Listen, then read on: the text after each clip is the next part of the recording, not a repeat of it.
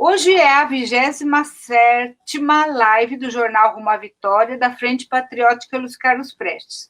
Então, eu digo boa noite a todos, agradeço a presença de todos, e hoje nós temos uma presença muito importante, que é a professora e doutora Anita Prestes, que com o tema A Transição da Ditadura Militar para uma Democracia Tutelada pelos Militares e o Fenômeno Bolsonaro. Eu vou passar para o Giovanni para fazer a apresentação da professora Anita. O Giovanni é da Frente Patriótica Luiz Carlos Prestes e vai fazer a apresentação. E o Teotônio Arruda Souto Maior depois vai fazer a coordenação da live. Então, com o Giovanni. Certo. Tudo bem a todos? Boa tarde, boa noite. É um prazer estar aqui, né, com a professora Anita. Eu vou fazer a abertura com uma breve apresentação, só um momento. Uma das mais importantes intelectuais brasileiras, Leocádia Prestes, nasceu em 27 de novembro de 1936, na prisão de mulheres de Barmstein, em Berlim, na Alemanha nazista. Filha dos revolucionários comunistas Luiz Carlos Prestes, brasileiro, e Olga Benário Prestes, uma comunista no arquivo da Gestapo, e também seu último livro, oportunidade que ela veio para Paranaguá apresentar, que é O Viver é Tomar Partido. Boa noite a todos, agora com o Theo e com a professora. Professora Anita, um prazer recebê-la, então você fica à vontade para iniciar a sua fala. Ao final, daí a gente abre para as perguntas, a gente vai concentrar hoje as perguntas no chat, porque, enfim, para facilitar e para dar oportunidade para todo mundo escrever, a gente otimizar o tempo também. Tá? Boa noite, né, a todos e todas.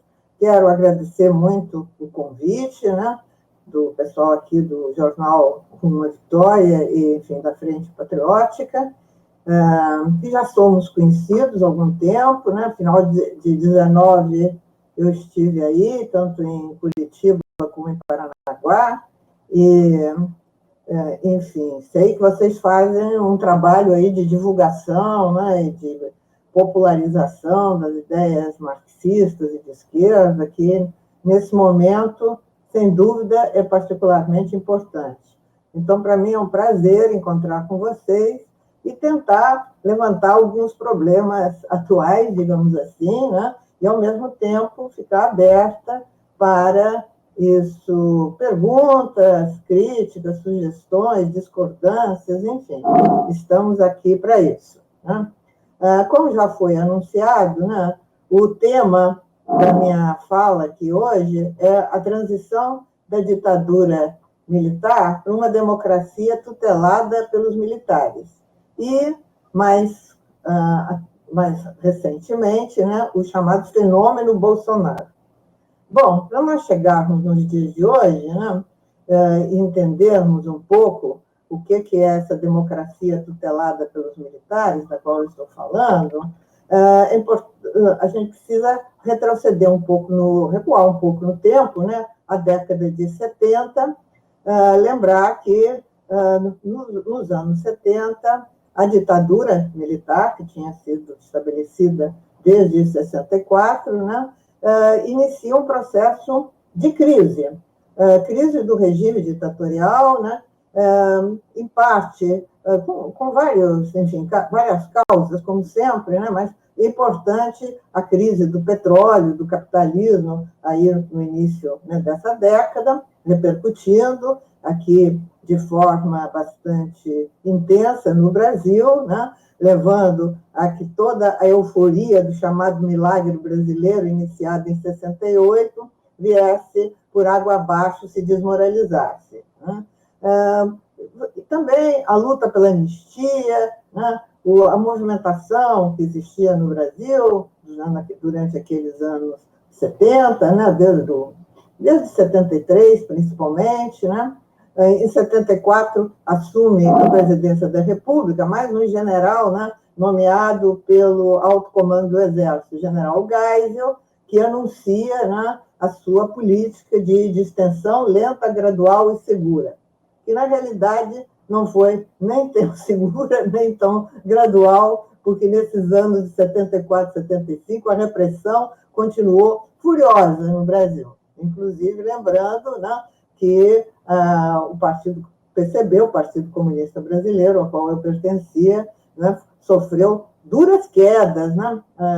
Até hoje, 10 dirigentes do PCB estão desaparecidos, justamente foi nesses anos 74, 75, 76 ainda continuava, teve o caso do Vladimir Herzog e muitos outros, né, casos, muitos militantes, né, que foram presos, foram torturados, ou muitos desapareceram, morreram. Enfim, a distensão lenta, gradual e segura, na realidade, né, significava que a repressão continuava. Inclusive, existem declarações do próprio Geisel, até em depoimentos, né, publicados com a concordância dele, né, de que a tortura, segundo ele dizia, de vez em quando era necessária.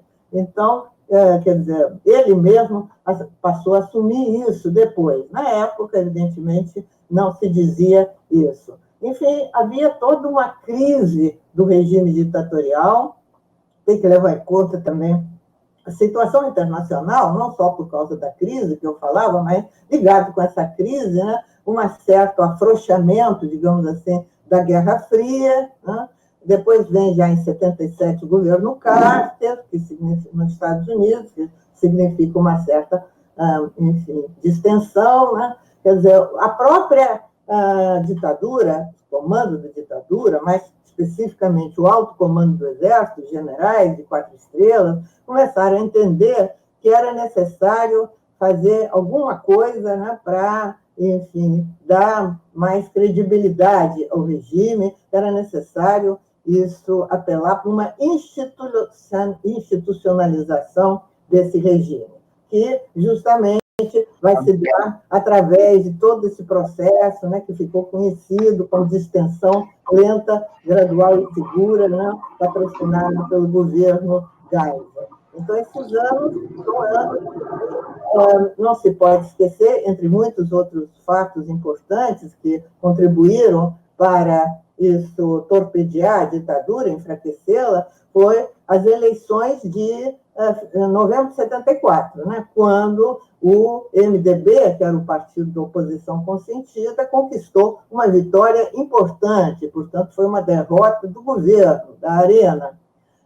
E depois, já mais para o final da década, a partir de 78, principalmente, a retomada do movimento operário, principalmente ali na região do ABCD paulista, né, com as famosas greves, né, que houve naquela época. Então, havia todo um clima, toda uma situação de necessidade para a própria ditadura, para não falar na oposição, evidentemente, né, nas forças de esquerda, de realizar uma democratização.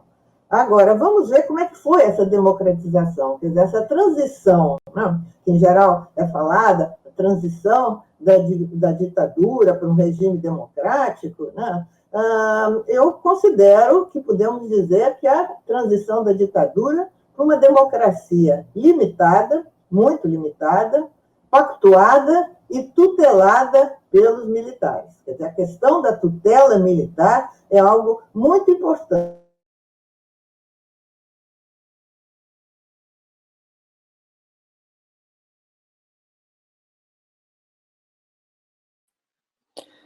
Professora, eu acho que ficou mudo o seu microfone. Voltou? Estão me ouvindo? Estamos. Uhum. Então tá, eu tive que sair e voltar. Aqui é a internet, desculpe, né? Mas a internet tem essas... Estão me ouvindo agora, né? Se de repente... Então eu ia falando, não sei se chegaram a ouvir isso, que essa democratização, que tanto se fala, é uma transição da ditadura, na minha opinião, né, para uma democracia limitada, pactuada e tutelada pelos militares. E essa tutela dos militares já vinha sendo denunciada pelo Prestes, né, desde, pelo menos, 1983. Ele, o tempo todo, chamava atenção para essa característica dessa transição e, na época, quase ninguém dava ouvidos a isso. Havia grande entusiasmo com a democratização, né, e depois com a própria promulgação da Constituição de 88, a respeito da qual a gente falará um pouco mais adiante. Quer dizer, o que a gente percebe, analisando esse período, é que teve lugar um pacto entre as elites do MDB, dando o Tancredo Neves, Ulisses Guimarães, né, as lideranças mais importantes, né, e, ao mesmo tempo, os militares, né, o pacto é entre quem? Esses políticos liberais, do MDB principalmente, os militares, né, do governo Geisel, do Figueiredo, depois, e foi muito importante, né, aí a chamada Missão Portela. Quer dizer, o Petrônio Portela era um deputado muito atuante, por sinal, muito hábil, né, da Arena, do partido do governo, e desempenhou um papel importante nesses anos de 77, 78, na construção desse pacto, né, repito, entre os liberais do MDB, né, os militares, né, e os próprios políticos, né, da Arena. Então, segundo esse pacto, algumas medidas foram tomadas, né? Em primeiro lugar, a decisão de revogar o AI-5, o famoso Ato Institucional número 5, né? Que vinha desde dezembro de 63, né? E isso em outubro de 78 foi tomada essa decisão, né? E de restaurar o habeas corpus, que estava suspenso, né, justamente pelo AI-5. Mas, em substituição a essas duas medidas, né, que, sem dúvida, eram um avanço, né, foram adotadas as chamadas salvaguardas constitucionais, o chamado estado de emergência, né, e as medidas de emergência. Medidas essas que, na prática, representaram a continuidade da vigência das restrições, né, as normas democráticas que existentes no AI-5. Quer dizer, trocou-se 6 por meia dúzia, mas apareceu para a opinião pública como uma certa abertura, né, resultado desse pacto. Foi restaurado o pluripartidarismo. Conforme vocês sabem, né, desde 65, a ditadura tinha liquidado, fechado todos os partidos até então existentes e criado 2 partidos, a Arena, partido do governo, e MDB, partido da oposição consentida. Então, é restaurado o pluripartidarismo, aí, né, com esse pacto, embora persistisse a proibição de reorganização do Partido Comunista. Isso persistia, né?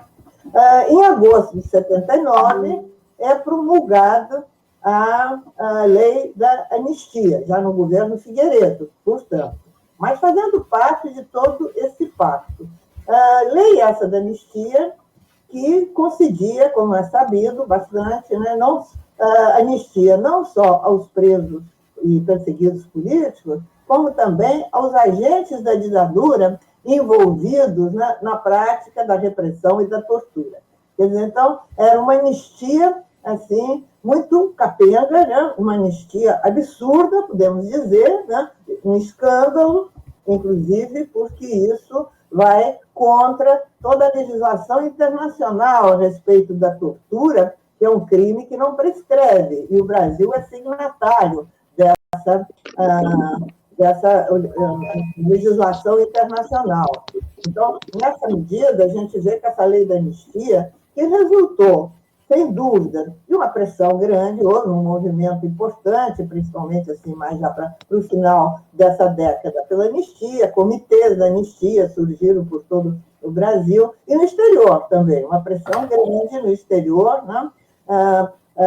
Em defesa das liberdades democráticas no Brasil, contra a ditadura e, em particular, a favor da anistia. Então, essa lei da anistia foi uma lei assim, muito limitada, né? Então, vocês estão vendo pelos dados que eu estou aqui fornecendo que esse pacto realmente foi um pacto entre as elites, sem participação popular, e medidas muito tímidas. Foi também mantida a Lei de Segurança Nacional, que até hoje está aí, né? Agora estão discutindo se revogam algumas cláusulas dessa lei. Então, o que nós temos, né, na realidade, é uma transição lenta e gradual sob o comando do alto comando do Exército. Isso foi o que aconteceu e que, na época, foi, repito, extremamente denunciado por Luiz Carlos Prestes. E pouca gente dava ouvido a ele, porque o entusiasmo com a certa abertura era grande. Então, o alto comando do Exército é que, na realidade, governava o Brasil. É evidente que, por trás dessa governança, estava um grande capital internacionalizado, evidente, mas que, inclusive, participou do golpe. Não? Grande empresariado, os Estados Unidos, o governo norte-americano, né, estavam por trás, mas quem estava com o governo nas mãos, quem dirigia o dia a dia, a governança do país, eram os generais de 4 estrelas, ou seja, o alto comando do Exército. Basta dizer que eram eles que escolhiam o general de plantão para assumir a presidência da República. Então, existia essa farsa, essa pantonímia, né, de eleições de 4 em 4 anos, às vezes 5 anos, que eram, quer dizer, o alto comando escolhia o general e esse era aprovado num parlamento, num Congresso Nacional, totalmente podado. Todo mundo que, de alguma forma, incomodava, podia ser oposição, era caçado, conforme vocês sabem, depois foram instaurados os senadores biônicos, quer dizer, então era toda uma farsa para similar uma democracia que, na realidade, não existia. Estavam sob um regime ditatorial. E, conforme vocês sabem também, quer dizer, mesmo no governo Figueiredo, em que continuava esse processo de abertura, muito lenta, né, muito difícil, né, esse pacto avançava lentamente, né, embora tenha havido uma mobilização bastante grande nos anos de 83, principalmente 84, a favor de eleições diretas. Essas eleições diretas, esse projeto de eleições diretas foi derrotado no Congresso Nacional, né? E o que tivemos foi uma eleição indireta, em que elegeu-se Tancredo Neves, uma das lideranças, né? Mas isso justamente...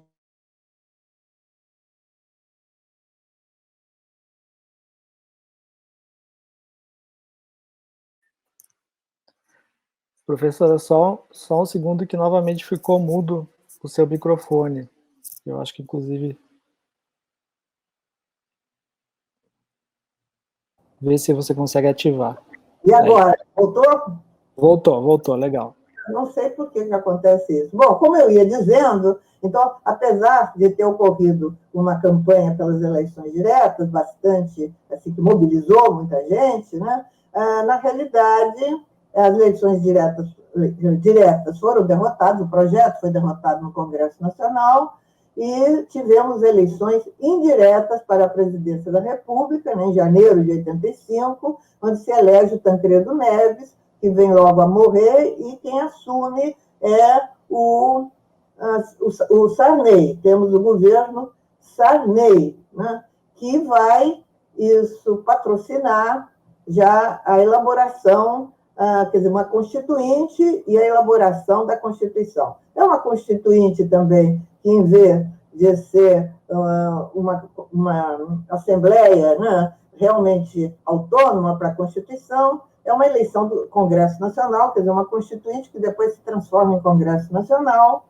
e onde o Sarney já manda o projeto de Constituição pronto para essa constituinte. Em vez de ter havido uma discussão dentro da própria Assembleia Constituinte, na elaboração da Constituição, o projeto já foi levado pronto para o Congresso Nacional. Evidentemente, sofreu modificações, né? Mas o mais importante aqui do nosso ponto de vista a destacar nessa Constituição de 88, né, aprovada em 88, é, novamente, a tutela militar. Quer dizer, aquela tutela militar que vinha sendo mantida, quando falo tutela militar, é um poder, né, militar do alto comando do Exército, impondo, né, o desenrolar, né, dessa democratização. O alto comando do Exército, na figura do seu comandante, o general, na época, agora me fugiu o nome dele, peraí, o general... Bom, não vê o caso. Enfim, o general que comandava o Exército na época, daqui a pouco eu lembro, ele isso impôs ao Congresso Nacional, em nome do alto comando, evidentemente, Leônidas Pires Gonçalves. O Leônidas Pires Gonçalves, existe inclusive um relato do Ulisses Guimarães, feito alguns anos depois, evidentemente, né, em que ele diz como se foi imposto à Assembleia Constituinte esse artigo 142 da Constituição. O Leônidas, que é a questão da defesa da ordem, né, pelo Exército, pelas Forças Armadas. Quer dizer, as Forças Armadas, chamadas por um dos três poderes da República, podem intervir militarmente, né, para, enfim, assegurar a ordem, a tranquilidade, a paz da nação. Isso aí era, como dizia o Prestes, a consagração do poder militar, porque realmente, acima dos três poderes da República, surgia um outro poder, o poder, né, do alto comando do Exército, o poder dos militares. E o Ulisses Guimarães contava, né, que, eu até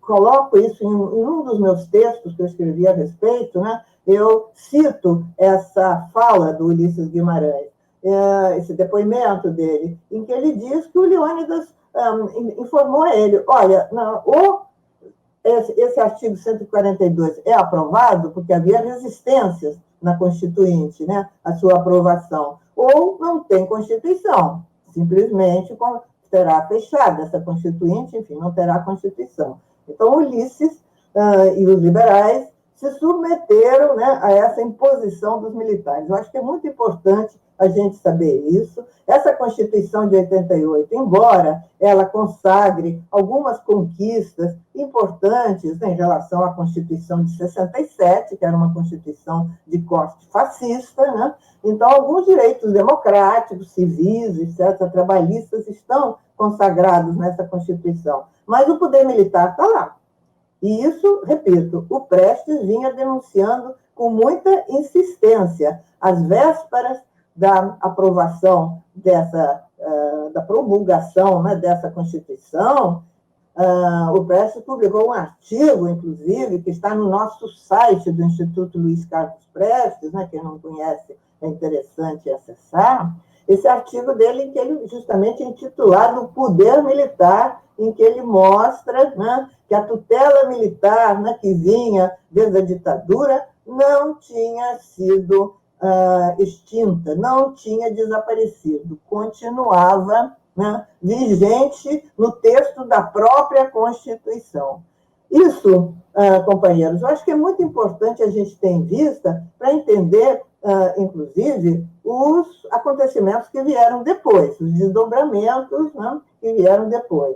Então, o que nós vemos é que essa tutela, essa permanência de uma democracia tutelada pelos governos, pelos militares, permaneceu nos governos que se seguiram ao governo do Sarney.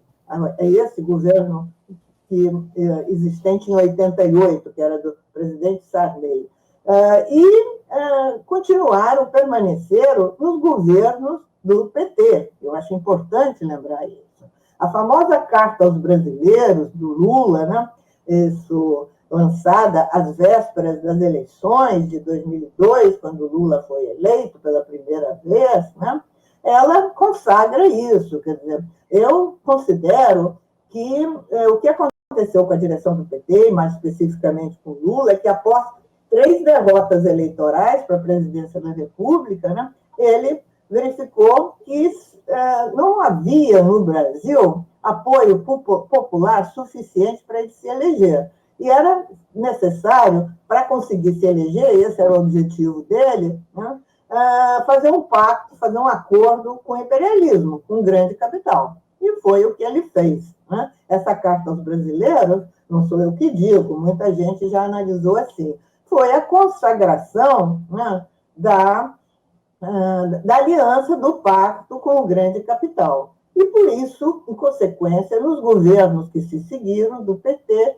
o que a gente vê? Ausência de reformas estruturais, né, no Brasil. Uma ligeira reforma do capitalismo e ausência de organização e mobilização popular. Isso foi o que aconteceu nesses governos do PT. Eu, pessoalmente, considero que o governo de João Goulart foi muito mais avançado que os governos do PT, porque nos governos de João Goulart realmente começaram a ser postas em prática importantes reformas estruturais no Brasil. Basta dizer que, em janeiro de 64, foi assinada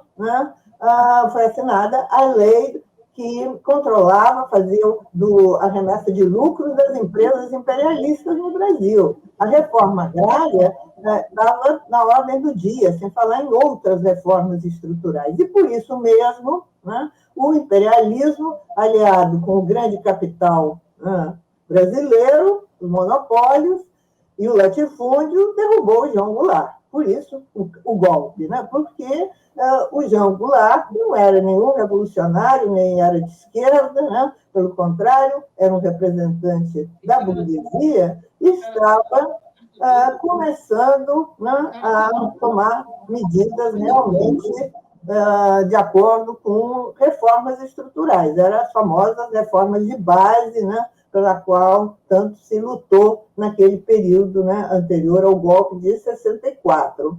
Então, essa situação, né, nos governos do PT, em que não só não foram tomadas medidas de realmente transformações estruturais, como, quer dizer, avançou-se no sentido de melhorar um tanto a situação, né, de miséria no Brasil. Isso, inclusive, não está dissociado de uma política do próprio imperialismo, do próprio grande capital, de por um lado, obter grandes lucros, e vocês vejam, tanto o Lula como os banqueiros sempre não esconderam isso, que estavam lucrando muito dinheiro, estavam se dando muito bem nos governos do PT.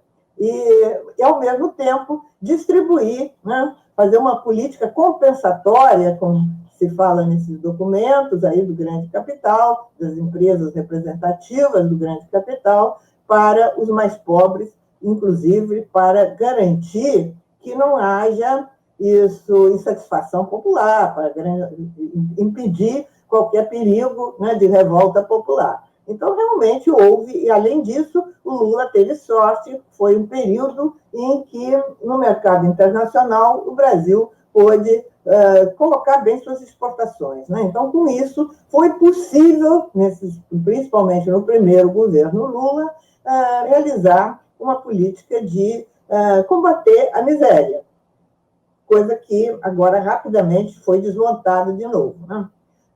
Mas sem nenhuma reforma estrutural que garantisse isso, sem nenhuma política que realmente garantisse a continuidade de uma industrialização no Brasil para garantir emprego para essas pessoas, né, que estavam recebendo Bolsa Família e outras formas, né, de distribuição de renda. Então, isso levou a que, com a crise de 2008, que veio a repercutir no Brasil, principalmente em 2013, né, a situação econômica se tornasse muito grave no Brasil. Ao mesmo tempo, né, no final do governo Lula, né, e já mais concretamente no governo Dilma, né, foi instituída a Comissão da Verdade, que, sem dúvida, teve o mérito, né, de esclarecer, né, isso, divulgar muitos dos crimes da ditadura e dos torturadores que não eram conhecidos, apontar nomes de torturadores, chamá-los, inclusive, para depor, mas ficou limitado a isso. Nenhuma medida de punição foi tomada, diferentemente de países, né, irmãos aqui, nossos vizinhos, né, Uruguai, Argentina e mesmo Chile, em que muitos desses torturadores foram processados, foram condenados. Aqui no Brasil não aconteceu nada disso. De uma forma até revoltante, né, esses torturadores iam na Comissão da Verdade, depunham, contavam os horrores que tinham praticado e depois, tranquilamente, voltavam para casa e iam para a televisão também se gabar de tudo, dos horrores que tinham praticado, né, no período em que estavam à frente, né, da ditadura, que estavam, enfim, ainda no período ditatorial. Então, essa comissão da verdade, né, acabou sendo algo muito limitado, mas que irritou muito os militares. Essa que é a verdade. Irritou, e os governos da Dilma, no caso, não tomaram nenhuma medida para aprofundar esse processo, para organizar e mobilizar os setores populares, inclusive para lutar por isso, né? Não foi nada feito nesse sentido. E, ao mesmo tempo, é importante a gente chamar atenção para isso, e atualmente tem saído alguns estudos, trabalhos de pesquisadores nas universidades, mostrando que os militares, a partir do final dos anos 80, e principalmente nos anos 90, já estavam se preparando ideologicamente contra o chamado perigo comunista, por eles. Daí veio o marxismo cultural e uma série de teorias aí que foram por eles inventadas, né, para justificar, né, a continuidade do poder militar e para justamente impedir as lutas populares, os avanços do movimento popular, né? E justamente o golpe de 2016 contra Dilma, né, foi, na minha opinião, propiciado por essa permanência, né, de uma democracia tutelada pelos militares, né, em que não foram tomadas nenhuma medida contra os responsáveis pela repressão, contra os torturadores, né? Então, nesse ambiente em que a tutela militar permaneceu durante os governos do PT, nada foi feito para isso ser liquidado, e que os militares estavam se reorganizando, se reestruturando e se preparando, né, para garantir o seu poderio, né? Isso nada disso foi visto, nem foi tomado medidas, né? Daí também a gente vai poder entender o golpe de 2016 e a eleição do Bolsonaro, né, inserida nesse quadro, em que temos atualmente algo que a gente pode chamar como um governo militarizado. Então, aí nós entramos para falar um pouco, né, sobre esse chamado fenômeno Bolsonaro. É bom lembrar, né, para quem não sabe, que a trajetória do capitão, né, Jair Bolsonaro, de longe, revela a sua truculência muito anterior à eleição. Os discursos que ele já fazia como deputado, né, a ligação com as milícias aqui do Rio de Janeiro, ele era deputado aqui do Rio de Janeiro, né? Então, o Bolsonaro, a truculência, as tendências fascistas dele não são novidade, não são algo que apareceram agora depois que ele se elegeu. E o que a gente viu foi que o grande capital apoiou, em falta, naturalmente, de uma opção mais interessante, apoiou essa candidatura, condicionada à presença, muito importante para o grande capital, do Paulo Guedes na economia. Paulo Guedes é o homem do grande capital, do chamado Instituto Milênio, quer dizer, o representante desses interesses monopolistas nacionais e estrangeiros, principalmente no Brasil. E diante da gravidade, né, da crise sistêmica do capitalismo, né, foi essa a escolha do grande capital. Tem que levar em conta muitas pessoas, às vezes, até conversando com elas, a gente vê, imaginam que seja possível, atualmente, né, com Lula, que foi libertado, repetir uma situação análoga às eleições de 2002, enfim, 2003. Eu gostaria de lembrar que a situação do mundo é muito diferente. A crise econômica atual, que começou principalmente a partir de 2008, a crise econômica mundial, hoje em dia, não é mais qualquer crise econômica.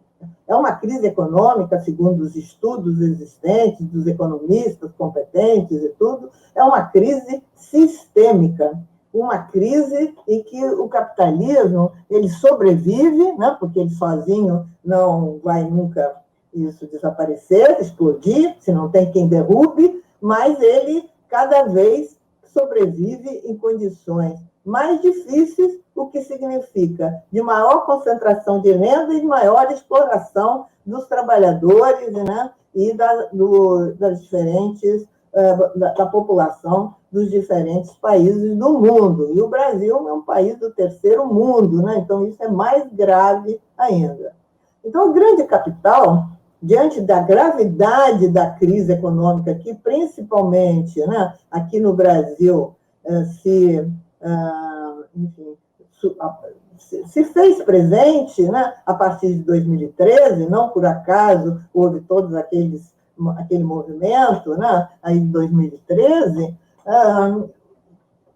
não teve muita outra opção senão apoiar a candidatura do Bolsonaro, mas que tem um aspecto muito interessante. Os militares investiram, isso hoje em dia está claro, até um tempo atrás a gente desconfiava disso, imaginava, mas agora está provado que os militares, desde 2014, investem na candidatura do Bolsonaro.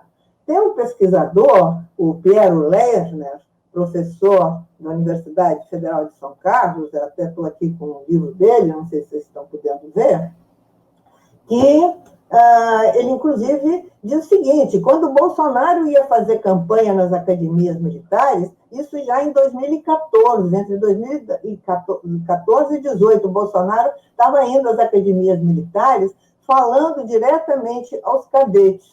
Isso era de conhecimento da cadeia de comando, né? Isso é que o Piero Lerner destaca. Ele é um antropólogo que há 30 anos vem pesquisando o meio militar. E agora, também, recentemente, saiu o livro do general Vilas Boas Correia, né? Comandante do Exército, até há pouco tempo atrás. Está aqui o livro dele, não sei também se dá para vocês verem. Esse livro, publicado agora, nesse ano, né, pela Fundação Getúlio Vargas, explicita claramente, né, a politização do Exército, que, podemos dizer, se iniciou durante o governo Lula, e o endosso do alto comando do Exército, né, a candidatura do Bolsonaro. Quer dizer, na hora que o Bolsonaro ia fazer campanha nas unidades militares, isso ainda em 2014, não era só porque ele queria fazer isso, é porque realmente ele tinha o apoio das altas instituições. Inclusive, isso é proibido pela própria legislação militar. Quer dizer, não se pode fazer campanha política em unidades militares. Mas era isso, né? Foi isso que aconteceu. Quer dizer, então, os militares, não é que eles apoiaram de última hora, desconhecendo quem era o Bolsonaro. Eles sabiam quem era o Bolsonaro e investiram no Bolsonaro como uma forma de reaparecer com força no governo, de reconquistar posições importantes. Eles nunca se afastaram totalmente, mas agora acharam que era um momento de realmente reassumir, né, essa tutela militar. E, segundo esse mesmo autor, que eu já citei, essa politização, né, ela resultou, essa politização, né, do governo, resultou de um movimento iniciado ainda em 2007, no seio dos militares, né, em reação à homologação da terra indígena, Raposa do Sol, né, quando foi feita essa homologação. por um lado. E, por outro lado, o projeto, né, da lei... Aparece uma voz estranha aqui, que eu não sei o que é isso. Oi, professora, é que às vezes entra alguém novo e não está com o microfone no mudo e dá eco, então pedir novamente para todo mundo deixar no mudo. Sempre que eu posso aqui eu silencio todo mundo, mas reforçando novamente. Desculpa, pode continuar, professora. Tudo bem. Então, quer dizer, essas duas medidas em particular, não só elas, né? A homologação da terra indígena Raposa do Sol, no governo Lula, ainda em 2007, né? E depois o envio ao Congresso do projeto, né, de lei que criava a Comissão da Verdade, isso levou os militares a entrarem em ação mais efetiva, né, e tentarem, né, trabalharem, né, para representar posições, né, no governo. Esse mesmo pesquisador, né, cujo trabalho é bem interessante, né, ele vai dizer que o Vilas Boas, esse general Vilas Boas, né, teve um papel decisivo nessa guinada, ao alimentar a politização das tropas, enquanto ele mesmo mantinha um discurso legalista. Quem está lembrado, né, ele o tempo todo dizia que não, o exército não se mete em política, está afastado da política. Na realidade, estava sendo realizada a politização das tropas, e, inclusive, desde 2014, repito, o Bolsonaro indo nas unidades militares e fazendo campanha eleitoral. Esse livro do comandante, do general Vilas Boas, né, explicita, né, a existência de tais posicionamentos no meio militar.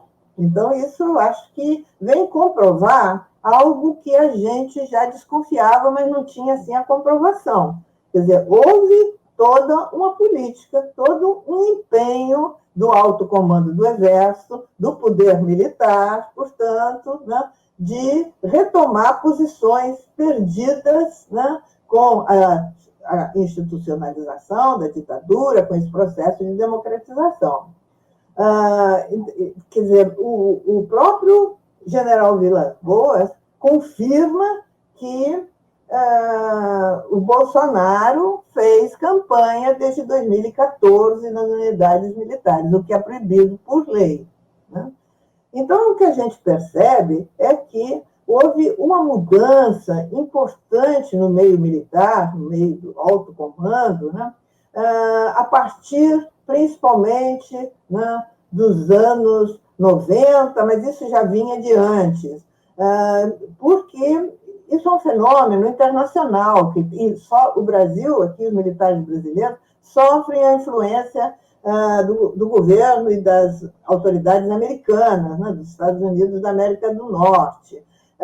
Com o final da Guerra Fria, né, acabou a União Soviética, quer dizer, não existe mais União Soviética para ser o espantalho, né, o combate ao comunismo, sempre o comunismo vinha de Moscou. Então, agora inventaram outras maneiras de combater o comunismo, que, no fundo, ao fim e ao cabo, significa medidas para evitar os movimentos populares, para reprimir os movimentos populares, para, enfim, evitar, né, as lutas populares. Se trata disso. Então, os militares do alto comando, a gente pode hoje constatar claramente, de parte deles, o abandono do nacionalismo e o alinhamento geopolítico com as multinacionais, principalmente com os Estados Unidos. Isso hoje está muito claro, e os estudos que atualmente têm sido publicados mostram isso assim, com toda evidência. Quer dizer, não tem mais, né, na alta hierarquia do Exército, que é quem comanda realmente, né, militar obedece,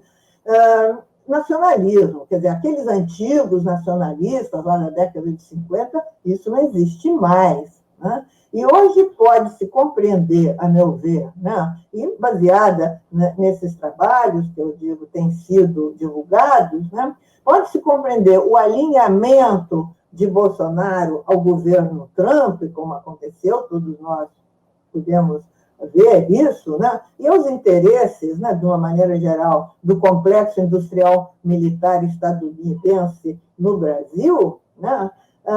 Inclusive, né, o combate declarado ao governo da Venezuela, né? As posições do Itamaraty contra o chamado globalismo, basta ver os discursos aí do chanceler Araújo, que saiu agora, né?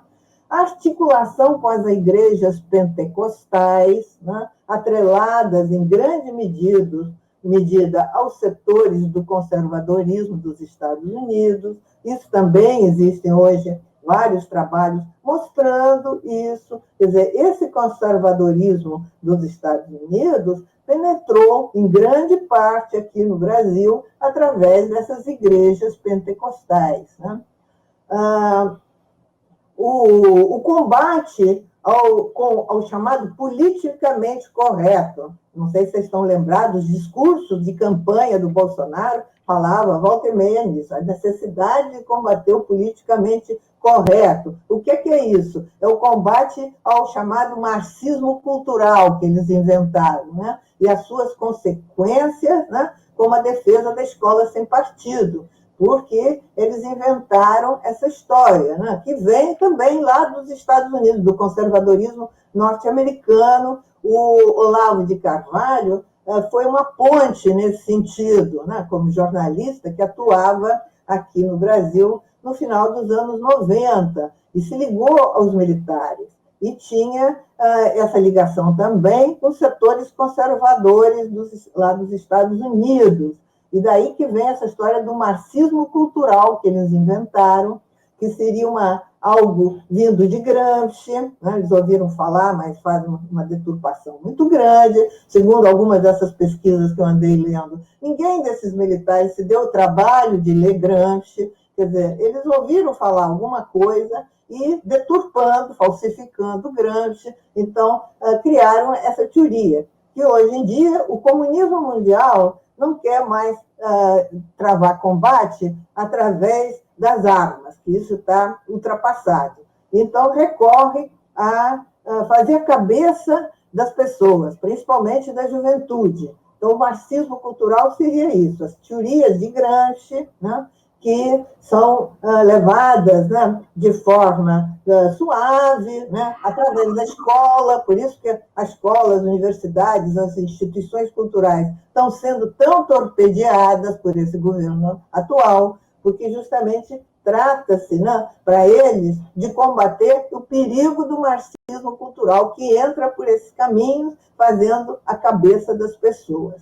Então, todas essas teorias não foram invenção aqui dos militares brasileiros. Eles adaptaram isso de ideias trazidas de fora. E aí nós temos também, né, a nomeação de, segundo dados oficiais, 6.157 militares das 3 Forças Armadas para os cargos de governo, inclusive no primeiro escalão, conforme vocês sabem. Isso é um levantamento do Tribunal de Contas da União. E entre esses 6.000 e tanto, tem mais de 3.000 que são da ativa, de acordo com dados também do Ministério da Defesa. Quer dizer, hoje já tem alguns aí, pesquisadores que falam em 11.000 militares no governo. Não sei se é verdade, mas esses 6.000 e tanto, pelo menos, são dados oficiais do próprio governo. E outras medidas dirigidas contra a soberania nacional. Então, esses militares, hoje em dia, o governo militar, né, ele está totalmente alinhado ao grande capital internacionalizado, principalmente norte-americano, e faz uma política, né, de acordo com esses interesses. Não por acaso, o ministro Paulo Guedes vem se mantendo. Já houve grande troca de ministros, agora estão falando que vão novamente substituir o Guedes, né? Mas a verdade é que ele se mantém, porque ele é ali a garantia dos lucros do grande capital. E a verdade é que o grande capital, enquanto com o Bolsonaro, com esse governo, assessorado pelo Guedes, né, o posto Ipiranga, como diz o Bolsonaro, estiver garantindo a lucratividade do grande capital, os bancos estão lucrando muito. o número de bilionários brasileiros, segundo aquela revista Forbes, aumentou significativamente, saíram dados recentes. Enquanto esses lucros estiverem sendo garantidos, o grande capital não tem interesse em remover o Bolsonaro, até porque pode ser perigoso mexer em casa de abelheira. Né? O Bolsonaro tem penetração junto, né, principalmente as milícias, junto às polícias militares e, inclusive, a certos setores do Exército, dos militares do Exército, né, da baixa oficialidade. Ele tem essa influência que ele construiu em 30 anos de atividade parlamentar. Sempre a única coisa que ele fazia no parlamento durante esses 30 anos foi justamente defender melhoria do salário, né, dos militares. Eu não entrei aqui em detalhes sobre a história do Bolsonaro, né, que ele foi expulso do Exército, mas depois, porque tentou jogar bombas aí em unidades militares, mas depois conseguiu ser apadrinhado e ser absolvido e voltar para o Exército, embora afastado, mas recebendo soldo de capitão, na condição de capitão. Né? Então, toda essa história do Bolsonaro é bastante falada, comentada, eu acho que conhecida hoje em dia. Né? Então, esse governo Bolsonaro, né, ele, no fundamental, ele conta com o apoio das Forças Armadas e com o apoio do grande capital. Isso não quer dizer que não exista contradições nesses campos. Evidentemente que existem. Nós tivemos agora o exemplo recente da Petrobras. Né?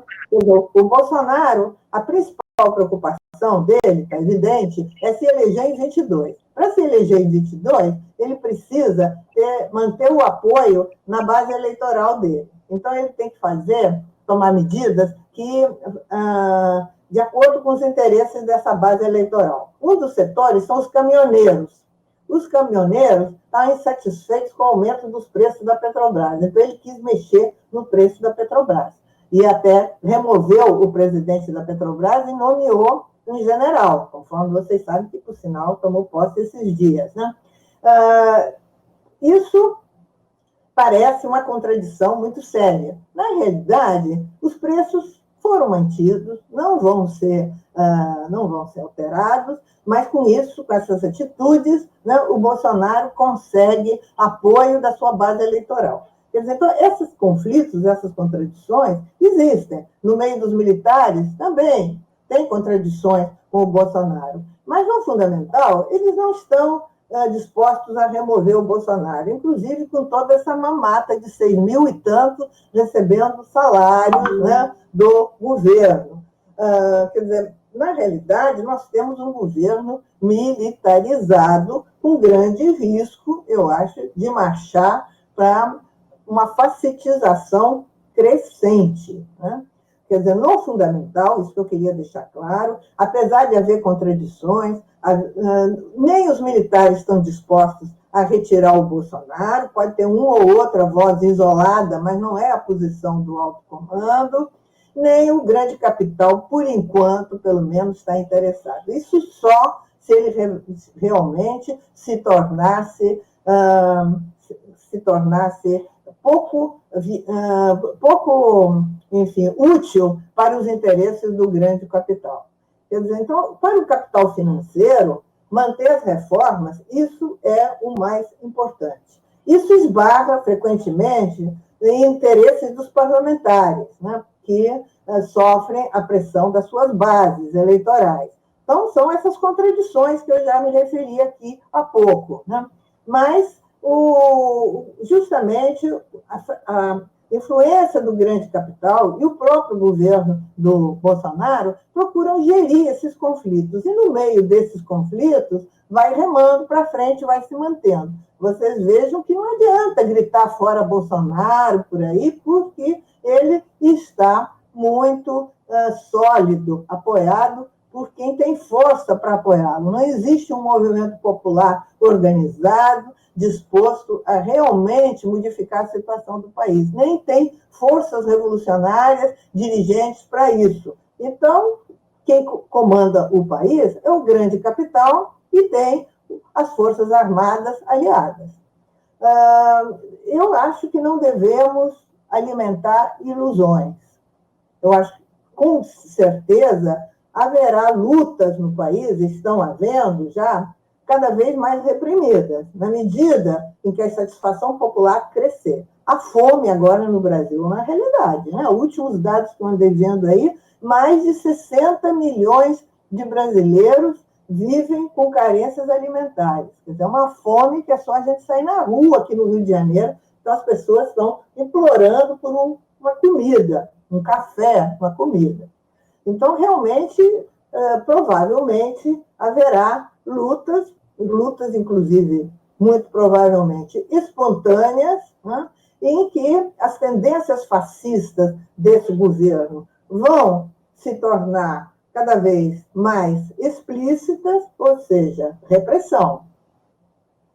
Eu até aqui, para encerrar, né, que já estou chegando quase numa hora de fala, vou ler, assim, rapidamente, né, um texto que eu escrevi recentemente e que eu acho que resume bem a minha conclusão, né, de toda essa fala. Eu acho o seguinte, que conforme a experiência histórica mundial, né, frente à seriedade de tal ameaça, né, que a gente vê de avanço do fascismo, para garantir a soberania nacional, os direitos democráticos dos trabalhadores e a justiça social, são necessárias, sem isso não se avançará, a mobilização e a harmonização de amplos setores populares, sob a direção de lideranças capazes de romper com o reformismo burguês, que atualmente é dominante entre as forças ditas de esquerda. Essa aqui eu acho que é a realidade que a gente tem que ver. Elas são necessárias lideranças aptas a conduzir as lutas populares pelo caminho de profundas transformações sociais e políticas que apontem no sentido da superação do capitalismo rumo ao socialismo. Enquanto não existirem essas lideranças com esse caráter, eu acho que nós vamos ficar patinando nessa situação cada vez pior, principalmente para as massas trabalhadoras. Na minha opinião, a época dos governos reformistas burgueses, como foram os governos de Lula, Dilma, Kirchner na Argentina, etc., né? Eu acho que parece estar encerrada essa época. Temos que levar em conta o que é a crise do capitalismo hoje. Essa crise sistêmica que eu falei hoje aqui. Nas circunstâncias atuais, como escrevo aqui, de grave crise do sistema capitalista mundial, o mais provável é que um governo progressista desse tipo, como já foram os governos do PT aqui, né, seja levado a ceder às pressões do neoliberalismo e às imposições do grande capital. Ou caso resista, se quiser resistir a tais pressões, seja deposto, como aconteceu na última década em vários países do continente latino-americano. Quer dizer, esses governos que conseguiram sobreviver até certo ponto, mas foram, olha aí, um golpe contra Dilma e outros golpes que houve aqui na América Latina, né? Esses governos eu acho que não têm futuro. Ou se marcha para o socialismo, é claro que aos poucos, né, por etapas, ou teremos um capitalismo cada vez mais selvagem e com características crescentemente fascistas. Eu não sou pessimista. Eu acho que é possível organizar os setores populares, é possível que surjam novas lideranças populares. O Prestes falava muito isso nos anos 80. É necessário fazer um esforço para organizar os setores populares em torno das suas reivindicações específicas. Ninguém começa se organizando pelo socialismo. É algo muito abstrato e distante. Mas organizar em torno das suas reivindicações, levar a luta, nesse processo de luta que surgem lideranças, né, comprometidas com setores populares e capazes de, mais adiante, elaborar uma proposta de transformações revolucionárias para o Brasil, que está faltando isso. E sair dessa ilusão que, com reformas parciais do capitalismo, nós poderíamos avançar.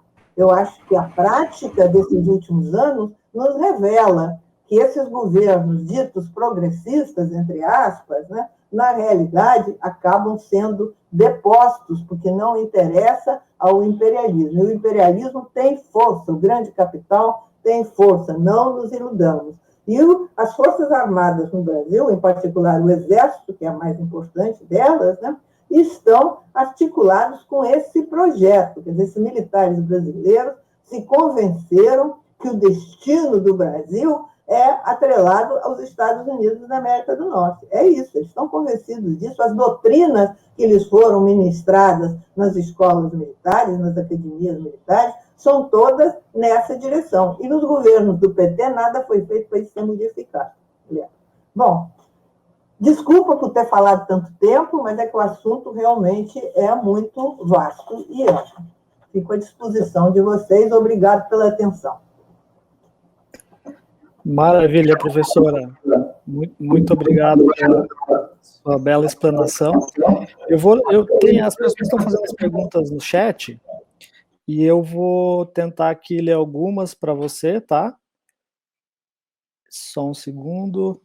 Vou ler aqui a do Gregório Duarte, da Paraíba.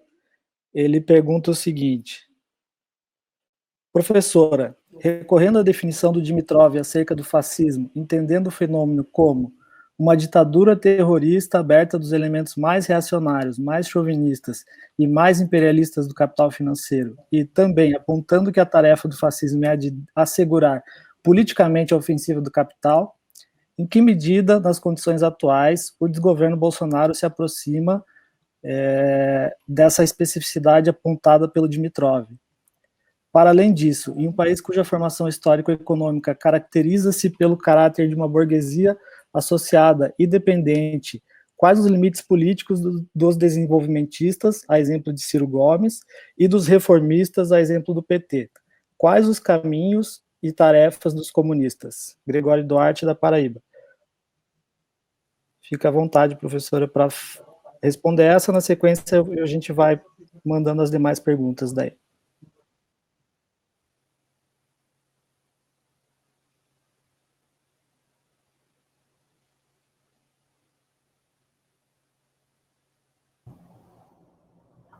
Estava desligado o microfone. Estão me ouvindo agora? Alô? Estamos ouvindo. Bom, progressismo e reformismo. Olha, eu acho que o governo, quer dizer, eu acho que é bastante evidente, né? Aliás, não sou só eu que digo isso, que o Bolsonaro ele mesmo é um fascista, né? E tem fortes tendências fascistas. E ele tem proclamado abertamente, até recentemente repetiu isso, que ele gostaria de implantar uma ditadura no Brasil. O projeto dele é esse, na medida do possível, né, implantar uma ditadura. Não sei se falei isso. Depois falei pelo WhatsApp também. Oi? Aparecem umas vozes aqui. Bom, mas esse é o projeto dele. Se ele vai conseguir, depende de muitos fatores. Por enquanto, ele não tem conseguido, porque tem havido resistência de diferentes setores, né? O Congresso Nacional não está interessado em ser fechado, né? O Supremo Tribunal e a Justiça também mantém seus interesses. Quer dizer, então, existem contradições aí no seio da classe dominante que não permitiu ao Bolsonaro, ele gostaria de ser um Fujimori brasileira, digamos assim. Fechar tudo e ele comandar com os apaniguados dele. Só que não está muito fácil de realizar isso, né? Mas não é impossível. Ainda agora, semana passada, né? Ou essa semana, ele fez novas ameaças, que ele está esperando a reação popular e tal, para tomar medidas, porque ele ficou muito indignado com essa CPI, né? Que está sendo, enfim, inaugurada aí no Senado Federal, para pesquisar a questão da pandemia, né, aí das influências, enfim, da responsabilidade do coronavírus, né? Então, ele ameaça, né? Por enquanto, ele não teve força para isso, mas ele está tentando se fortalecer junto à sua base, inclusive das polícias militares. Esses dias saíram estatísticas, aí, pesquisa, né, que foi feita nas polícias militares, ele conta frequentemente com 80% de apoio no meio das milícias, das polícias militares. Ele tem ligação aqui com essas milícias do Rio de Janeiro. Isso permite a ele dar um golpe? Acho difícil, né? Sem o Exército, sem as Forças Armadas, é difícil dar golpe. Mas ele pretende, né? Então, quer dizer, impossível não é. E eu acho que, de repente, é mais provável, pode ser mais provável, não estou dizendo que vai acontecer, com o apoio do Exército, das Forças Armadas, dar um golpe, fechar o regime, né, se realmente as lutas populares avançarem. E o grande capital se sentir a perigo. Aí pode, justamente, esse regime atual descambrar com uma ditadura fascista. Eu acho que isso aí não está descartado.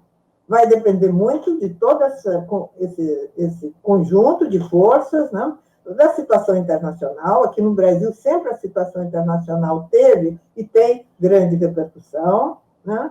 E também da organização popular, na medida em que houver lutas organizadas e não lutas espontâneas, porque, por enquanto, né, me parece que o mais provável são, assim, lutas espontâneas, né? Diante do desespero, a massa invade, acontece, enfim, se revolta, mas que não tem uma consistência, porque justamente falta um partido político revolucionário organizado com um programa de transformações profundas da sociedade brasileira. Então, não se avança nesse sentido. Então, eu vejo a coisa dessa maneira. Não estou dizendo que vai ter uma ditadura fascista no Brasil, mas acho que não está excluída essa hipótese. Legal, professora. Outra pergunta agora do Luiz Fenelon, de Brasília. Qual a alternativa que temos quanto ao crescimento do fascismo? Como marchar para o socialismo? E o que fazer na conjuntura imediata? Emendando outra pergunta da Cláudia Mara, ela perguntou se você identifica alguma nova liderança, enfim, dentro daquele aspecto que você comentou que o Prestes falava que novas lideranças surgiriam. Olha, qual a alternativa? Eu acho que eu já disse há pouco, né? Eu acho que é a organização popular, não tem outra alternativa. Não existe varinha de condão, nem solução mágica, nem salvador que vai chegar aí. Muita gente pensa que o Lula vai salvar. Que o Lula agora, que por enquanto ainda não está decidido 100% se ele vai conseguir ser candidato, mas supondo que seja e que até se eleja, que o Lula vai resolver os problemas do Brasil.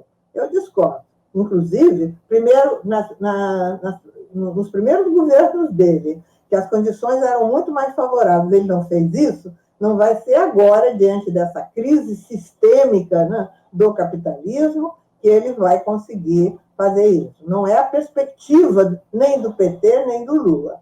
Então, eu acho que realmente o caminho é a organização popular. Tem que, cada grupo, né, cada setor do país, as pessoas de esquerda, as pessoas que têm compreensão, tentarem organizar os setores populares. Quando eu estive aí em 2019, né, estive inclusive em Paranaguá, eu vi que vocês têm um trabalho, né, de organização popular que eu acho que é importante. Claro que isso é um trabalho lento, difícil, que não dá resultados a curto prazo, né?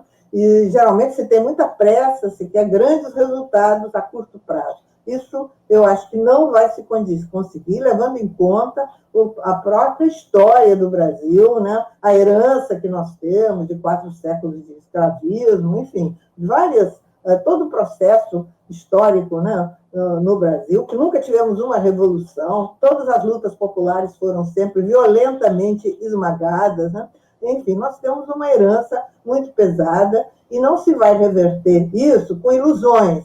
Quer dizer, é com a organização popular em todas as reivindicações, ao mesmo tempo fazendo um trabalho de esclarecimento, de organização, nesse processo é que poderão surgir essas lideranças. Por enquanto, francamente, eu ainda não conheço. É possível que estejam por aí, né, embrionariamente surgindo. É um processo lento, difícil, tem gente fazendo trabalho de massa, sem dúvida que tem, e os resultados demoram, ainda mais numa situação como essa que a gente está vivendo de repressão, né? Que a realidade é que a repressão está acontecendo, não nos iludamos. Então, eu vejo assim, um trabalho a longo prazo, paciente, né, de organização popular. Vocês não imaginam que a Revolução Russa surgiu assim de repente. Foi todo um trabalho realizado pelo Lenin, inclusive de conhecimento do país. Quer dizer, essas lideranças que vão surgir terão que conhecer o marxismo e conhecer bem o Brasil. Isso é um exemplo que eu sempre gosto de dar. Em 1895, quer dizer, final do século XIX, o Lenin, Vladimir Ilyich Lenin, um jovem revolucionário, estudou profundamente o capitalismo na Rússia e escreveu uma obra famosa, O Desenvolvimento do Capitalismo na Rússia, isso em 1895. Foi na base desse estudo em que ele aplicou a teoria marxista, os conhecimentos adquiridos com o Capital de Marx, com Marx, né, as condições da Rússia, e descobriu quais eram as especificidades do capitalismo na Rússia. Foi a partir disso que ele, com outro grupo, que depois se chamou de bolcheviques, organizaram o Partido Bolchevique na Rússia, que só foi fazer a Revolução em 17, mas esse trabalho começou aí na virada do século. Né? E, mesmo assim, a Revolução em 17 aconteceu porque houve todo um conjunto de condições na época, em que a guerra foi fundamental. Então, realmente, não se fabrica a Revolução assim só porque a gente quer, mas tem que resultar de um trabalho lento de organização, de formação de quadros, né, revolucionários, que, quando surgir um momento propício, vão poder realmente influir nos acontecimentos. Se isso não é feito, o momento propício pode passar. A minha visão é essa. Legal. Agora uma pergunta do Gustavo Rolim. Deixa eu só botar o mundo aqui.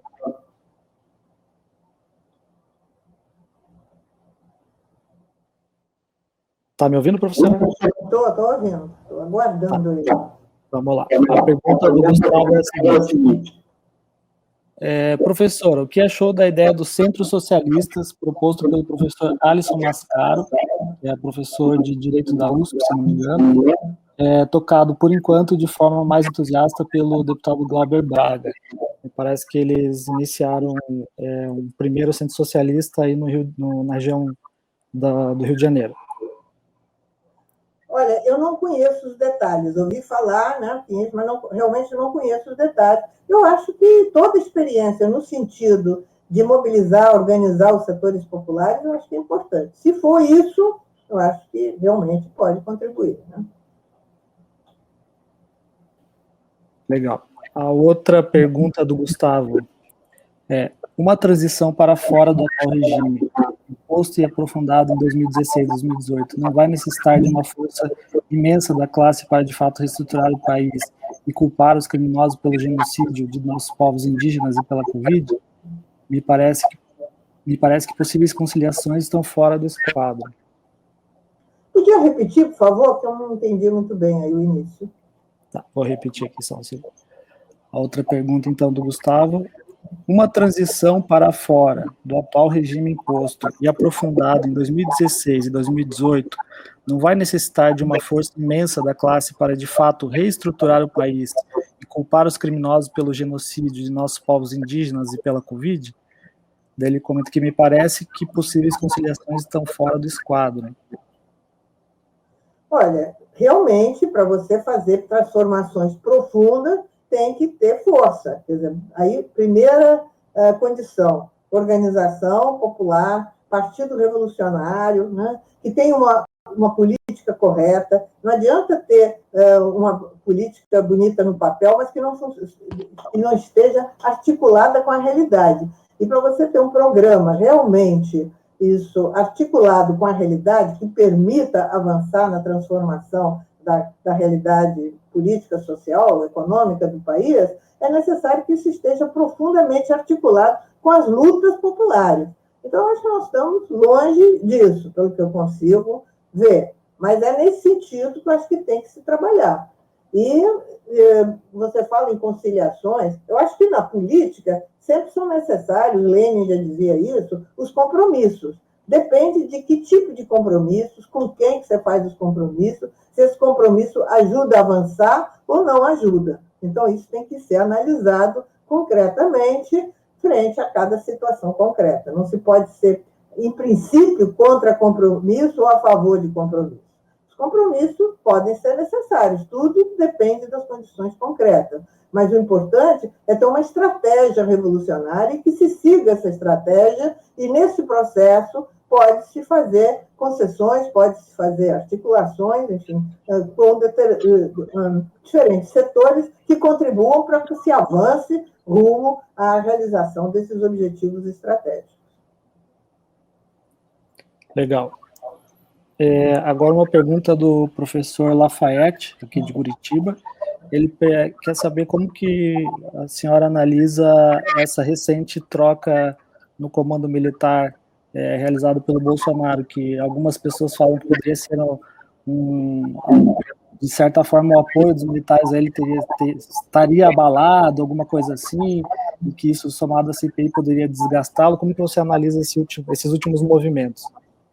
Olha, foi muito falado pela imprensa, né, teve interesse em mostrar que isso revelaria profundas contradições entre os militares. Não me parece que seja isso. Na realidade, o Bolsonaro conseguiu controlar a situação, os militares, no fundo, apoiam o Bolsonaro. O Bolsonaro estava, parece que, um tanto insatisfeito com algumas medidas, pelo menos do Pujol, né, do general Pujol, queria afastar o general Pujol.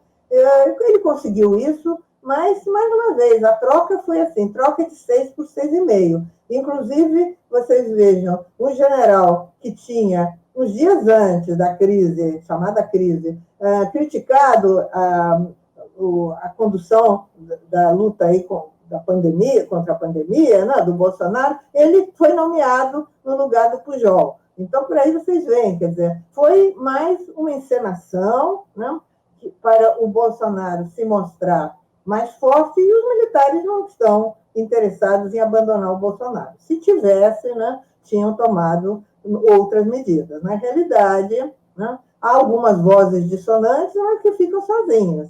A gente não vê nada assim de concreto que avance para realmente um possível afastamento do Bolsonaro por parte dos militares. Não parece indicar isso, não.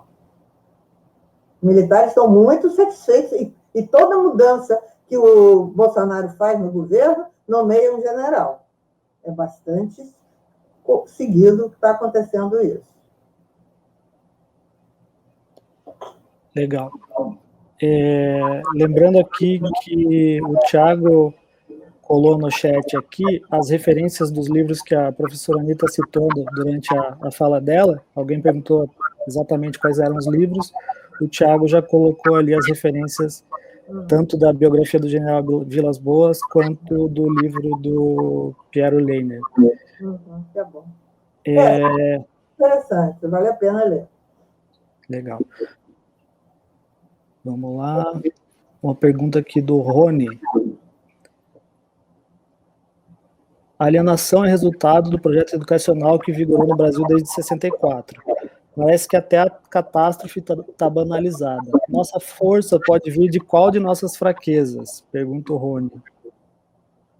Olha, eu não sei, não acho que força venha de fraqueza. Eu acho que, diante do absurdo, do reacionarismo, do conservadorismo dessas propostas educacionais, né, quem trabalha nessa área de educação, aí os professores, eu acho que temos uma importância muito grande na luta, né, para esclarecer os colegas, para discutir essas questões, né, e mostrar o absurdo que é essa questão da escola sem partido, né, desse marxismo cultural, quer dizer, essas ideias que estão querendo impor, né, aos jovens, aos estudantes, né? Quer dizer, essa luta tem que ser travada em várias áreas, né? Em todas as áreas onde é possível tem que se travar.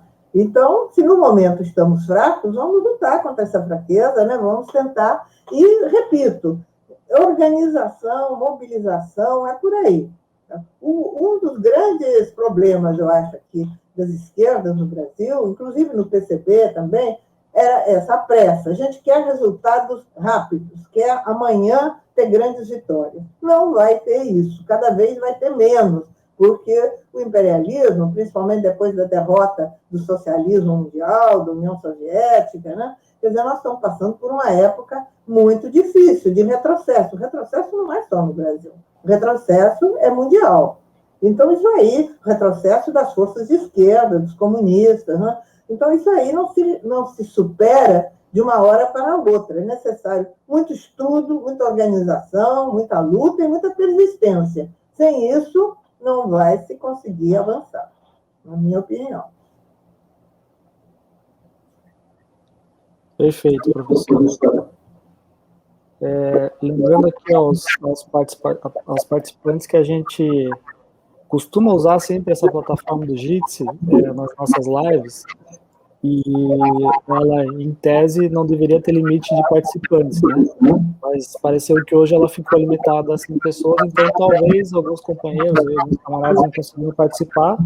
Quem, porventura, souber de alguém que não conseguiu participar e quiser acesso ao vídeo, a gente pode disponibilizar depois da gravação, tá?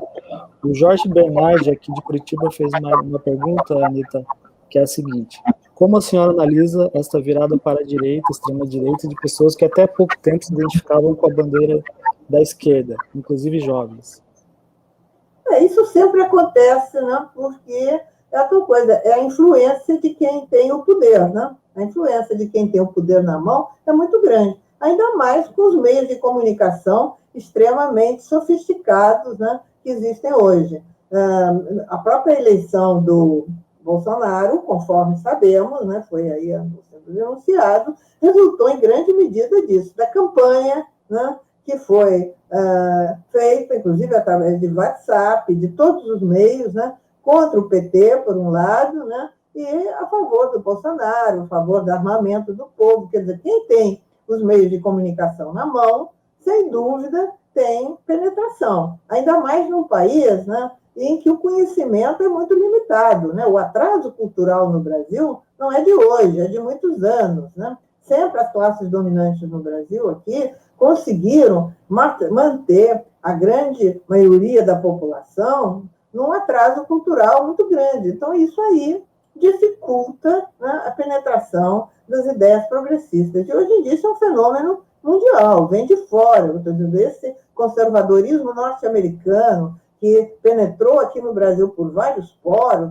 inclusive através dessas igrejas pentecostais, né? Mas os próprios militares, né, estudando essas doutrinas, né, dos Estados Unidos, que vem de lá também, né? Tudo isso exerce muita influência, porque eles têm os meios de comunicação na mão, tem toda, enfim, uma estrutura que lhes permite fazer a cabeça das pessoas. Essa que é a realidade. Eles acusam o comunismo de fazer a cabeça das pessoas, mas é o contrário, são eles, né, que através dos mais variados meios, e hoje em dia, né, esses intelectuais a serviço dos interesses dominantes contam com milhões e mais variadas formas, né, de penetração, e isso influi nas pessoas, sem dúvida nenhuma. Vocês veem esse discurso extremamente atrasado do Bolsonaro contra, né, as medidas que são necessárias tomar, cientificamente provadas, né, para combater o coronavírus, né, elas penetram junto à população, na medida em que é o presidente que fala, a verdade é essa. Então, muita gente acredita e segue essa onda. Essa aqui é a realidade, não podemos fechar os olhos para isso. Legal. Aqui mais um Felipe Nogueira. Professora Anitta, sou um jovem de 18 anos que iniciou a graduação agora. Nesse cenário bolsonarista triste e pandêmico, como não desistir de minhas crenças políticas e manter a esperança?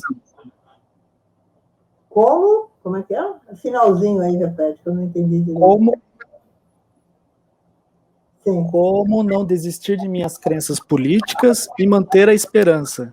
Pergunta o Felipe Nogueira, de 18 anos.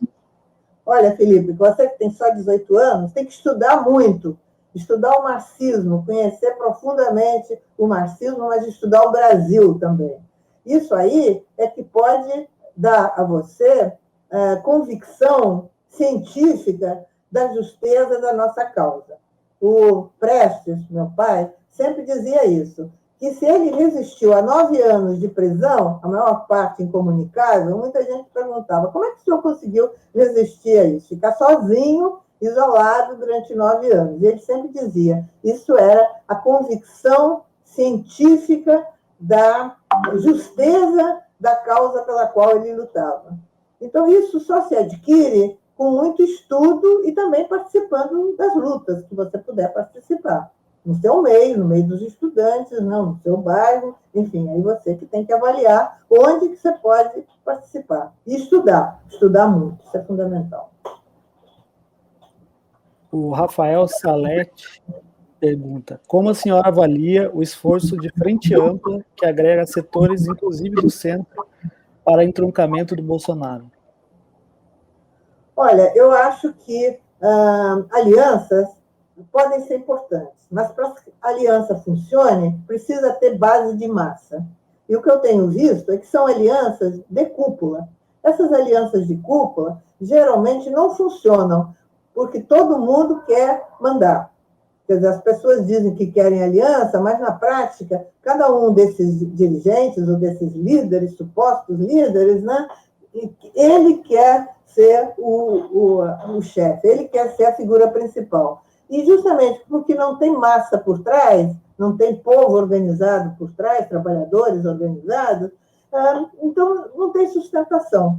Então, eu acho que isso aí, na prática, não funciona como não tem funcionado. Vocês veem, já tem vários anos que está se falando isso, informação de várias frentes, e, na realidade, nada disso acontece. Não acontece por causa disso. Falta organização popular, base de massa, né, a essas supostas lideranças. Eu vejo assim. Certo. E, professora, como que você avalia a atuação dos partidos de esquerda, principalmente os hegemônicos, né? O PT, enfim, os partidos conseguiram vencer 4 eleições consecutivas, né? Dominar a política nacional. Como que você avalia a atuação deles, e não só durante o governo, antes e depois, enfim, até hoje, em relação aos militares mesmo? Como que é a atuação da esquerda brasileira junto aos militares? Que existe muita repulsa, né? Não falar com o militar e tal, enfim. E a gente vê que antigamente era feito um trabalho dentro dos quartéis, enfim, existiam militares comunistas, né? Enfim, a história comprova. Eu queria que se a senhora pudesse falar brevemente sobre esse aspecto. Olha, esses chamados partidos de esquerda no Brasil são partidos reformistas. O que significa isso? Eles têm como objetivo fazer algumas reformas do capitalismo. Eles não pretendem, desistiram de uma transformação profunda, de reformas estruturais que realmente levem a solapar as bases do capitalismo. O PT nunca teve pretensão revolucionária, nem o Lula. Aliás, ele sempre declarou isso claramente.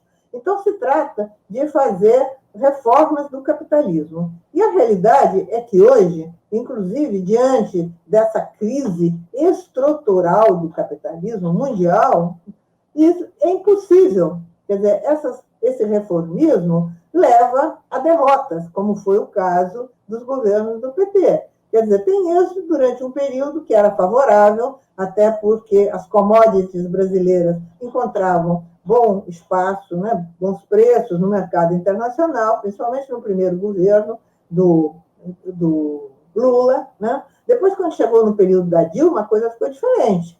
A crise realmente prejudicou muito. Então, o grande capital começou a exigir do governo da Dilma, em particular, medidas drásticas contra os trabalhadores.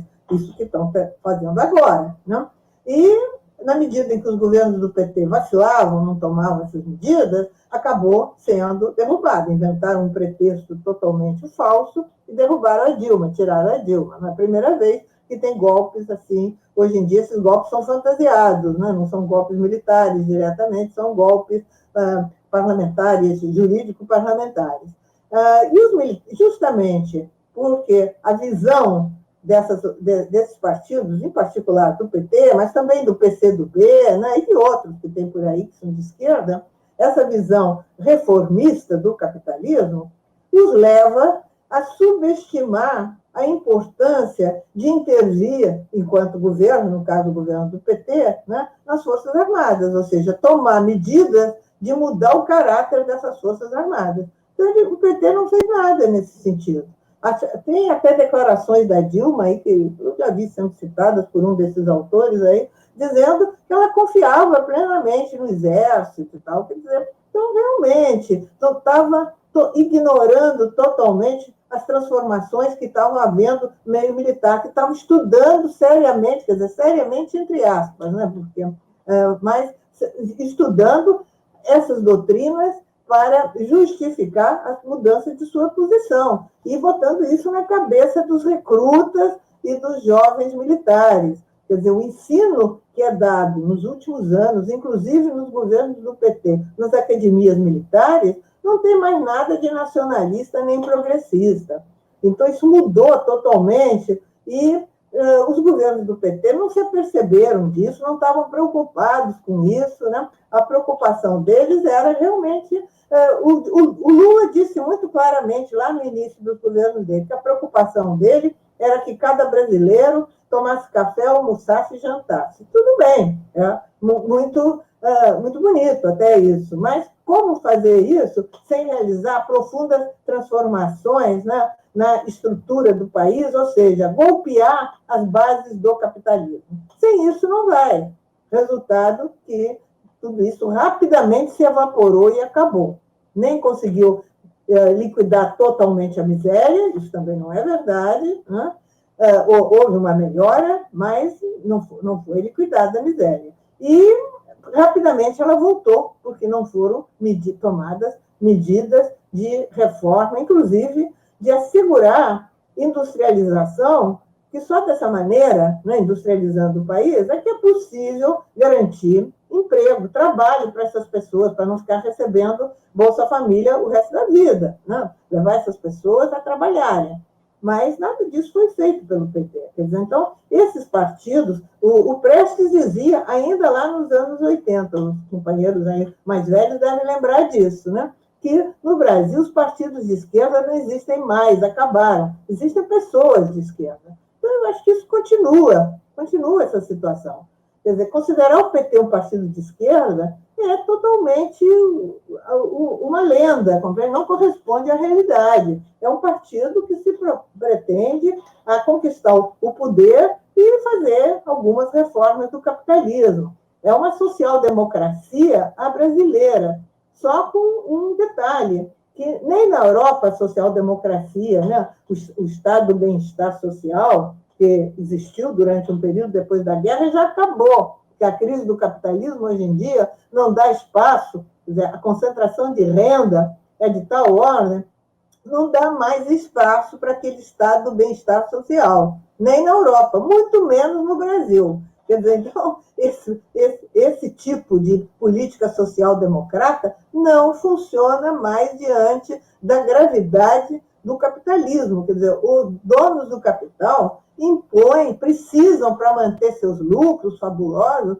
precisam impor condições drásticas de liquidação dos direitos dos trabalhadores. É isso que eles estão fazendo e pretendem continuar fazendo. Sem isso, sem a privatização de toda a indústria nacional, né, caminha nessa direção. Sem fazer isso, os interesses do grande capital não serão assegurados. Isso significa mais concentração de renda, que é cada vez maior, mais lucros para o grande capital, maior número de bilionários e mais miséria para as grandes massas populares. É a barbárie do capitalismo que nós estamos vivendo. Essa é a realidade.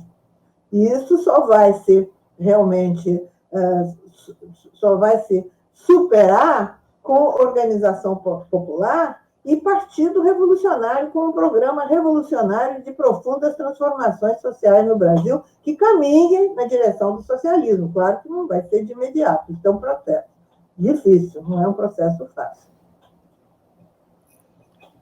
Perfeito. Agora uma pergunta do Thiago Wayne Gantner. Desculpa se eu falei errado sobre o nome aqui. Vamos lá. O atual governo tem utilizado a pandemia a seu favor, como estratégia do caos e genocídio. Seria imprudente os movimentos de base, mesmo que pequenos, iniciarem as atividades e atos para o 1º de maio? Não acho imprudente. Eu acho que deve ser feito, né? Levantando as bandeiras que realmente mobilizam. Eu acho que uma das bandeiras importantes hoje, sem dúvida, é a vacina, né? A vacinação no Brasil está andando muito lentamente, né? Então, a questão da vacina é fundamental, questão de trabalho, questão de, enfim, ajuda, auxílio, isso para a grande maioria da população, né, que está passando fome. Então, esse auxílio de agora R$150, R$200, é um absurdo, quer dizer, um mínimo de auxílio de R$600, né? Quer dizer, essas reivindicações assim, que estão aí saltando à vista, né? E que precisam ser levantadas. Eu acho que o 1º de maio tem que ser mobilizado em função disso, né? Legal. Aqui agora uma pergunta do Vitor Garcia. Professora, nesse cenário de guerra híbrida, o trabalho de elevação da consciência política é lento e difícil. Além de nos tornarmos referência nas nossas lutas, como podemos fazer a disputa ideológica com as ideias conservadoras e as ideias de esquerda não marxistas, que por vezes são mais palatáveis? O que já foi falado aqui. Estudar, discutir, né? Levar as ideias, né, para os diferentes setores da população, procurar discutir, procurar mostrar a justeza daquelas ideias que a gente defende. Eu acho que o caminho é esse. Como sempre, não tem solução mágica, né? Solução é de muito trabalho. Até pegando uma emenda aqui na pergunta do Thiago a respeito do 1º de maio, a gente tem observado aqui no Paraná uma série de movimentações, por exemplo, está tendo lockout dentro do setor de transporte. Quer dizer, os empresários deixando de pagar os funcionários ou forçando uma greve artificial para renegociar, enfim, os contratos que eles têm com as prefeituras, com os governos, etc. Isso está acontecendo aqui na região metropolitana de Curitiba, Maringá, Paranaguá, Londrina, em vários lugares, e além disso, assim, está acontecendo de uma forma concomitante, né, até porque as empresas são quase que monopólios, são famílias, etc. Isso está acontecendo e salta os olhos na apatia do movimento sindical. Essa apatia, eu queria que você falasse um pouco sobre essa apatia, porque as empresas públicas, todos os setores dentro das empresas públicas, a educação, tudo está sofrendo ataques diários, diuturnamente, e ataques brutais como nunca se viu antes, e a gente não vê nenhuma greve, assim, uma grande greve, nenhuma movimentação. Então, se você pudesse falar um pouco sobre isso, e parece que está todo mundo, os próprios partidos ou movimentos ficam com receio, até por essa questão da militarização do governo, enfim. Se você puder falar um pouco sobre isso, professora? É uma realidade, né, que há uma certa passividade, mas eu estou dizendo, tem que ir trabalhando aos poucos, né, e nesse processo preparar as forças para quando surgirem as condições, agora com essa situação de pandemia, né, de grande contágio, as pessoas têm receio, é natural que tenha, precisa tomar cuidado também, né?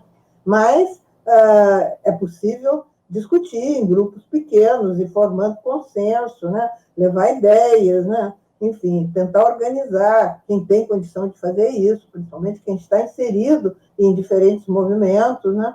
E ir preparando para, mais adiante, quem sabe, fazer a greve, né? No momento, talvez não haja condições para isso. Não adianta querer fazer greve quando não há condições. Aí tem que ser examinado muito concretamente, né? Perfeito. Aqui uma pergunta da Elisa. A professora trouxe já bastante sobre a necessidade de estudo do marxismo e da realidade brasileira, junto da intervenção em meio às massas como elemento fundamental para a formação de quadros. Qual é ou qual deve ser o peso da questão racial e da superação do racismo na formação dos militantes comunistas e na construção de nossas lutas? Como impulsionar a dita esquerda a consideração desse elemento como fundamental, ainda mais no contexto de Bolsonaro e da fascistização? Eu acho que esse é um aspecto da luta geral, né, contra o capitalismo, o racismo, como também a situação da mulher, a situação da ecologia. Quer dizer, eu acho que existem várias frentes, né, que têm que ser articuladas, porque se luta só contra o racismo isolado, sem mostrar que o racismo está muito relacionado com a existência e a barbárie do capitalismo, né, não vai ter grande sucesso.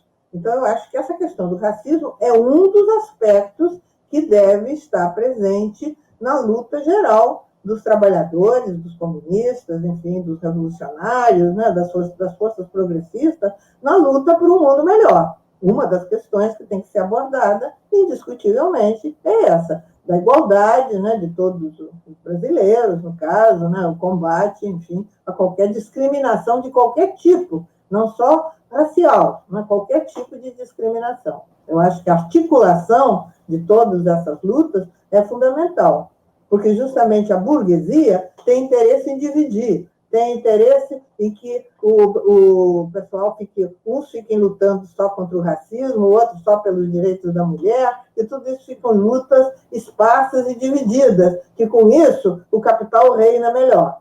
Não interessa ao capital que haja a fusão dessas lutas todas, a articulação delas, na luta pelo poder, porque sem a conquista do poder não vai ser possível fazer profundas transformações revolucionárias. É isso. Legal. O Maurício Gaspari fez uma pergunta aqui também. Professora Anita, a senhora, como ex-militante do Partido Comunista Brasileiro, poderia comentar como vê o PCB hoje? Quais seriam os partidos revolucionários que a senhora considera atuantes no país? Olha, eu não vejo nenhum partido revolucionário atuante no país. Pelo menos eu não estou vendo, né? Pode ser que exista. O PCB é um partido muito pequeno. Eu conheço, até sou amiga de alguns dos membros do PCB, dirigentes do PCB. Acho que eles fazem um esforço grande, né, na luta, mas é um partido muito pequeno, com pouca influência, e principalmente eu acho que ainda muito distante do movimento de massas, ainda não conseguiu penetrar no movimento de massas. Tomara que consigam, né? Eu acho que, enfim, até para poder traçar uma política correta, precisa ter uma penetração maior no movimento popular. As coisas andam articuladas. Não, nem vai ter uma política correta sem articulação no movimento popular, e a articulação no movimento popular também depende de uma política correta. Então, essas coisas andam conjuntamente.